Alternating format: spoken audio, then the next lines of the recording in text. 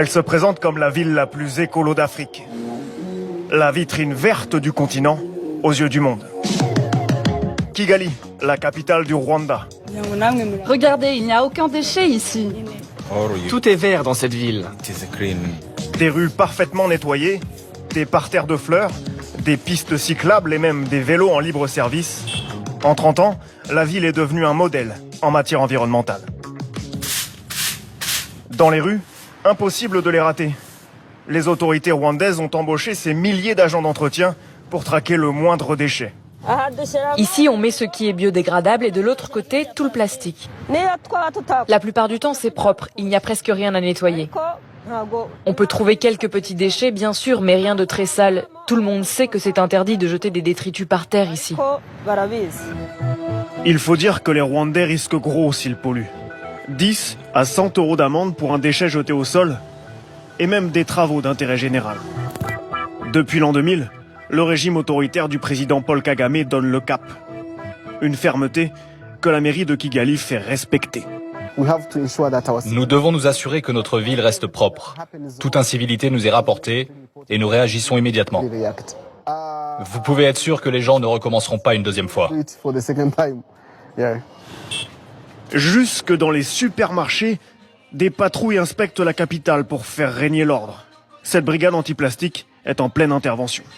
Nous travaillons pour les autorités de l'environnement. Nous allons vérifier que vous êtes en règle et contrôler tous les produits en plastique que vous avez. Depuis 2008, les sacs plastiques sont strictement interdits au Rwanda. Et il y a 4 ans, la loi s'est encore durcie. Tout plastique à usage unique est désormais illégal. Mauvaise surprise dans ce rayon. On vient de trouver ces fourchettes et ces couteaux en plastique. Le gérant de ce supermarché risque une amende de 500 € et sa boutique pourrait même fermer en cas de récidive. Il est désemparé. Mais comment peut-on savoir tout ça? Monsieur, on vous l'explique partout, même à la télévision. Pas d'amende cette fois-ci, mais les services de l'environnement saisissent la marchandise illégale. Tout sera détruit. Une politique répressive, mais aussi incitative. Depuis quelques semaines, les habitants peuvent se déplacer grâce à des taxis dernière génération. Ces motos 100% électriques, uniques en Afrique. Je suis très fière d'en conduire une. Elle ne pollue pas, elle est écologique. En plus, elle roule bien et elle est facile à conduire. Ce matin, cette conductrice va chercher un habitué qui, comme des centaines de Rwandais, ne se déplace qu'en taxi-moto. Il n'a pas hésité une seule seconde à passer à l'électrique. C'est beaucoup moins cher que les mototaxis classiques, parce que c'est électrique. Et puis il n'y a aucun échappement. J'ai vraiment le sentiment de contribuer à rendre ma ville encore plus verte. En quelques années, le Rwanda est devenu un petit paradis pour les entreprises éco-responsables. Pour ces motos par exemple, cette start-up nigériane bénéficie d'avantages fiscaux et même d'une réduction sur l'électricité.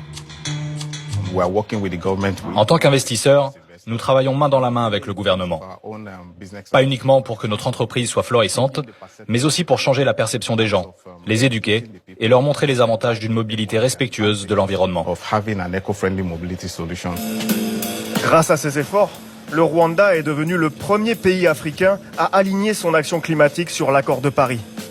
Il s'est engagé à réduire de 16% ses émissions de gaz à effet de serre d'ici à 2030.